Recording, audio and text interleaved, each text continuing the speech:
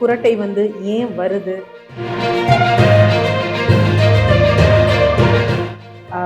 இதை எப்படி நம்ம வந்து ஈஸியா வந்து ஹேண்டில் பண்றது?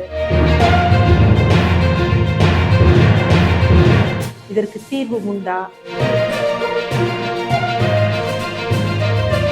இது சும்மா குறட்டை ஒரு சத்தம் அப்படின்னு மட்டும் கடந்து போகிறதா? இல்லை இதை தொடர்ந்து தொடர்ச்சங்கிலியாக ஏதாவது நோய்கள் வருமா அப்படிங்கிறத இந்த பதிவுல பார்க்க போறோம்.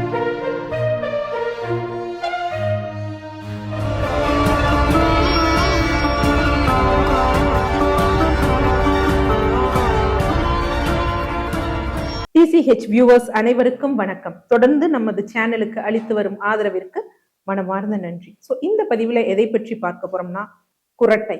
ஸோ குறட்டை வந்து ஏன் வருது, இதை எப்படி நம்ம வந்து ஈஸியா வந்து ஹேண்டில் பண்றது, இதற்கு தீர்வு உண்டா, இதை சும்மா குறட்டை ஒரு சத்தம் அப்படின்னு மட்டும் கடந்து போகிறதா, இல்லை இதை தொடர்ந்து தொடர்ச்சங்கிலியாக ஏதாவது நோய்கள் வருமா அப்படிங்கிறத இந்த பதிவுல பார்க்க போறோம்.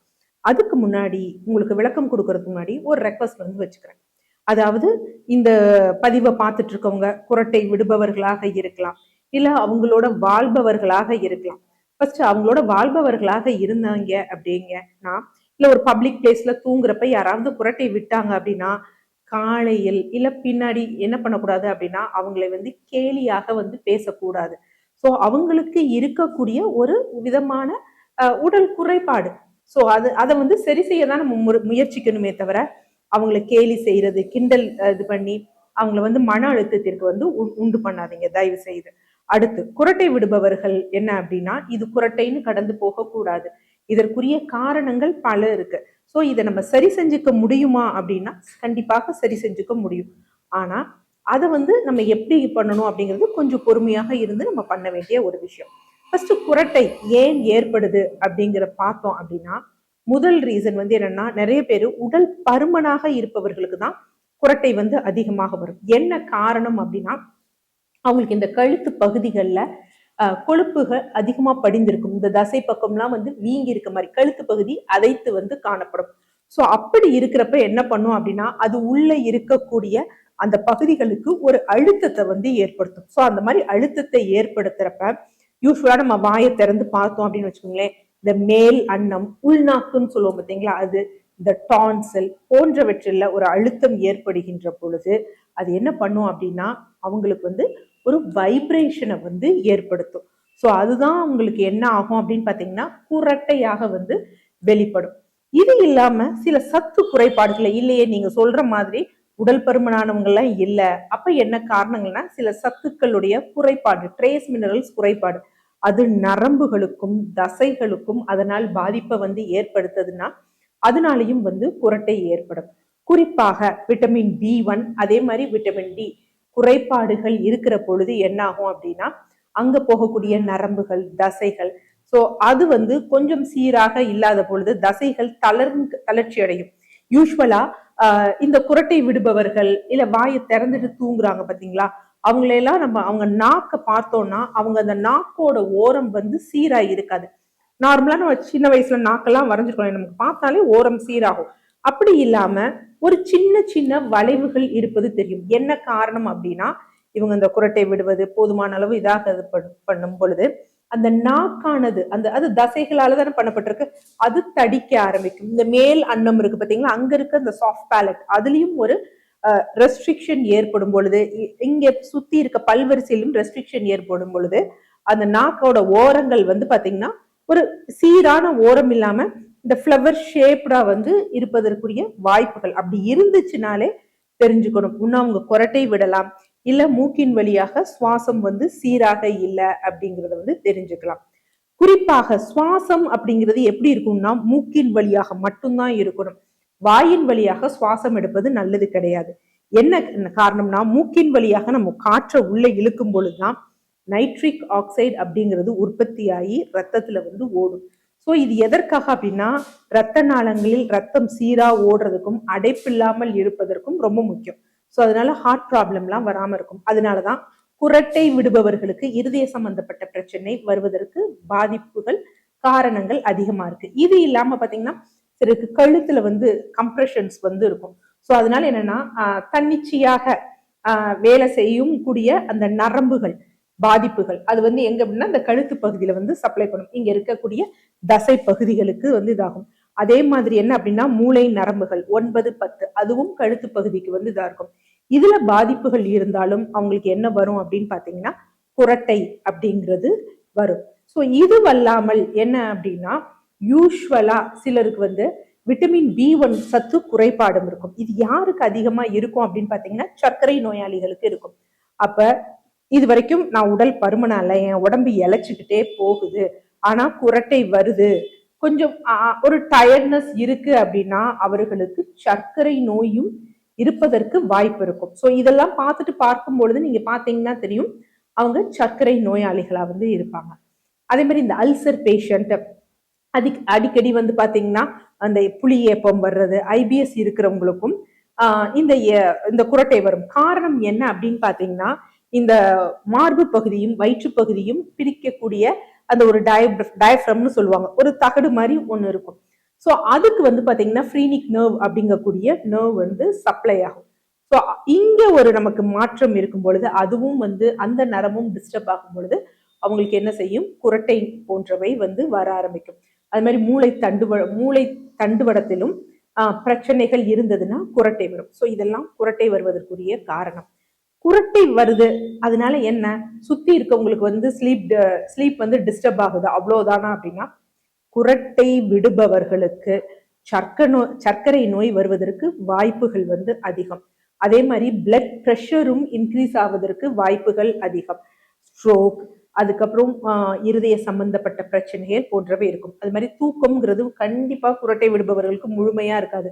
பகல் நேரத்துல வந்து தூங்கி வழிவாங்க, இல்ல உட்காந்துக்கிட்டே வந்து பாத்தீங்கன்னா இந்த தூங்குற பழக்கம், ஏதோ ஒண்ணு ஒரு டிவி பாக்குறாங்க இல்ல ஏதோ ஒண்ணு இருக்காங்கன்னா அவங்களே தன்னை மறந்து என்ன அப்படின்னு பாத்தீங்கன்னா கண்ணை அயர்ந்து தூங்குவாங்க. படபடப்பு, மூட் ஸ்விங்ஸ் போன்றவை எல்லாம் என்ன அப்படின்னா இந்த குரட்டை விடுபவர்களுக்கு வருவதற்கான வாய்ப்புகள் வந்து அதிகம். ஸோ அதனால இந்த காம்ப்ளிகேஷன்ஸ் எல்லாம் வரக்கூடாது அப்படின்னா குரட்டையை வந்து முன்னாடியே வந்து நம்ம சரி செய்து கொள்வது ரொம்ப முக்கியம். அடுத்து என்ன அப்படின்னா இந்த குரட்டை விடுபவர்கள் ஃபர்ஸ்ட் முதல் நிலையா அவங்க படுக்கை நிலை இருக்கு பாத்தீங்களா அதை கரெக்டா வச்சுக்கணும். குரட்டை விடுபவர்கள் இல்ல யாராக இருப்பினும் அப்படியே மேல மல்லாந்து வந்து படுக்க கூடாது. ஒன்று வலது புறமாகவோ இடது புறமாகவோ படுக்கணும். இப்ப யூஸ்வலா நம்ம என்ன செய்வோம் அப்படின்னா புராணங்கள்ல இப்ப கும்பகர்ணன் மாதிரி தூங்காதீங்க யார சொல்லுவாங்க அப்படின்னா ரொம்ப நேரம் தூங்குறவங்க மட்டும் கிடையாது, மேல பார்த்து மல்லாந்து படுத்து இருக்கிறவங்க. ஏன்னா அப்படி படுக்கும் பொழுது அவங்க மூக்கின் வழியாக சுவாசம் சீரா இல்லாம வாயின் வழியாக இருந்தது அப்படின்னா அவங்களுக்கு அந்த மேல் அன்னம் இதெல்லாம் வந்து தடிக்கும். ஸோ அது வந்து இன்னொரு காரணம் என்னன்னா ஸ்லீப் ஆப்னியாங்கிற ஒரு கண்டிஷனோட கொண்டு போகும். அது வீங்கி அந்த சுவாசம் போகக்கூடிய வழிகளை வந்து அடைக்கிறப்ப அவங்களுக்கு தூக்கத்துல சுவாசிக்க முடியாதபடி ஒரு அசௌகரியம் வந்து உண்டாகும். ஸோ அதனால அவங்க மல்லாந்து படுக்காம வலது இடது புறம் வந்து படுக்கணும். அது மாதிரி கட்டிலில் படுக்கும் பொழுது அவங்க படுக்கிற படுக்கை வந்து இந்த பாதி முதுகுக்கு மேல அப்படியே சரிவா இருக்கணும். நான் சொல்றது தலையணை உயரம் அல்ல, இந்த முதுகு இருக்கு பாத்தீங்களா பின் முதுகு, அந்த பாதி முதுகுக்கு மேல ஒரு இதா இருக்கணும். ஒரு 4 to 6 இன்ச்சு அப்படி இருக்கிற மாதிரி நம்ம எடுத்துக்கிட்டோம் அப்படின்னா நமக்கு பெருசா வந்து தொந்தரவுகள் இருக்காது. அதுவும் குறிப்பாக இந்த அல்சர் பேஷண்ட்ஸ், புலிவியப்பம் வர்றவங்க அவங்கெல்லாம் அந்த பொசிஷன்ல வச்சு தூங்குனாங்க அப்படின்னா ரொம்ப வந்து நல்லது. இதை விட ரொம்ப முக்கியமான ஒரு விஷயம் உணவு விஷயத்துல நம்ம கண்டிப்பா கான்சென்ட்ரேட் பண்ணணும். உணவை பொறுத்த வரைக்கும் என்ன அப்படின்னு பாத்தீங்கன்னா நல்ல மீன்கள், ஏன்னா விட்டமின் டி ரொம்ப முக்கியம், அதுக்குரிய சன்லைட், omega-3 ஃபேட்டி ஆசிட்ஸ். அதே மாதிரி நம்ம முன்னாடியே சொன்னோம் இது தசைகள் நரம்புகள் சம்பந்தப்பட்ட ஒரு விஷயம். அப்ப அதுக்கு முக்கியமான சத்து ட்ரேஸ் மினரல் என்ன அப்படின்னு பாத்தீங்கன்னா மெக்னீசியம். இந்த குரட்டை விடுபவர்கள் தினமும் குறைந்தபட்சம் ஒரு 10 பாதாம இரவு ஊற வச்சு காலையில ஸ்கின்னை வந்து உரிச்சிட்டு சாப்பிட்டாங்க அப்படின்னா அவங்களுக்கு கொஞ்சம் அந்த மெக்னீசியத்தோட அவைலபிலிட்டி வந்து நல்லா இருக்கும். ஸோ அந்த மாதிரி விஷயங்களை வந்து நம்ம உணவு முறையில ஃபாலோ பண்ணணும். நிறைய காய்கறிகள் போன்ற விஷயங்களை வந்து நம்ம எடுத்துக்கணும். ஸோ இதை அப்படியே சாதாரணமா கடந்து போயிடக்கூடாது. ஸோ இந்த குரட்டைக்கு ஒரு அருமையான முத்திரை வந்து இருக்கு. 2 அருமையான முத்திரை. ஒன்று வந்து என்னன்னா அடிமுத்திரை, மற்றொன்று வந்து என்னன்னா நபோமுத்திரை அப்படின்னு வந்து சொல்லுவாங்க. ஸோ இந்த அடிமுத்திரையோட பலன் என்ன அப்படின்னா யூஸ்வலா இந்த குரட்டை விடுபவர்களுக்கோ இல்ல இந்த பாதிப்பு இருக்கிறவங்களுக்கோ இருதயத்திற்கு ஓடக்கூடிய ஆக்சிஜன் சப்ளையும் மூளைக்கு ஓடக்கூடிய ஆக்சிஜன் சப்ளையும் அவ்வளவா சீரா இருக்காது. ஸோ அதை வந்து நல்லா இம்ப்ரூவ் பண்ணக்கூடிய தன்மை இந்த அடிமுத்திரைக்கு இருக்கு. ஸோ இந்த அடிமுத்திரைக்கு என்ன பண்ணணும் அப்படின்னா, கட்டை விரலை வந்து இந்த இது சுண்டு விரல் இருக்கு பாத்தீங்களா, அதோட அடிக்கி இப்படி போய் வச்சுட்டு இந்த 4 விரலையும் கொஞ்சம் சிம்பிளா ஜென்டிலா மடக்கணும். ஸோ இது மாதிரி 2 கைகளிலும் மடக்கிட்டு நம்ம முட்டி மேல வைக்கணும். இந்த கையை வந்து மேல் நோக்கி வந்து இருக்கிற மாதிரி வைக்கணும். ஸோ இது மாதிரி வச்சுட்டு தினமும் இரவு தூங்க போறதுக்கு முன்னாடி உங்க பெட்ல சம்மணம் போட்டோ இல்ல கால் தொங்க போட்டுட்டோ, ஆனா இந்த கைகளை மடக்கி எங்க வைக்கணும் அப்படின்னா தொடைப்பகுதியின் மேல வைக்கணும். வச்சுட்டு ஸோ அப்படியே அந்த ஒரு சுவாசத்தை மட்டும் நம்ம செக் பண்ணணும். வலது பக்கம் இழுத்து இடது பக்கம் விட்டு, இடது பக்கம் இழுத்து வலது பக்கம் விடணும். ஸோ இது மாதிரி எவ்வளவு நேரம் செய்யணும் அப்படின்னு வந்து பார்த்துட்டோம் அப்படின்னா, ஒரு 15 to 20 நிமிடங்கள் வந்து இது மாதிரி செஞ்சுட்டு நம்ம படுத்தோம் அப்படின்னா தூக்கம் முழுமையாக இருக்கும்.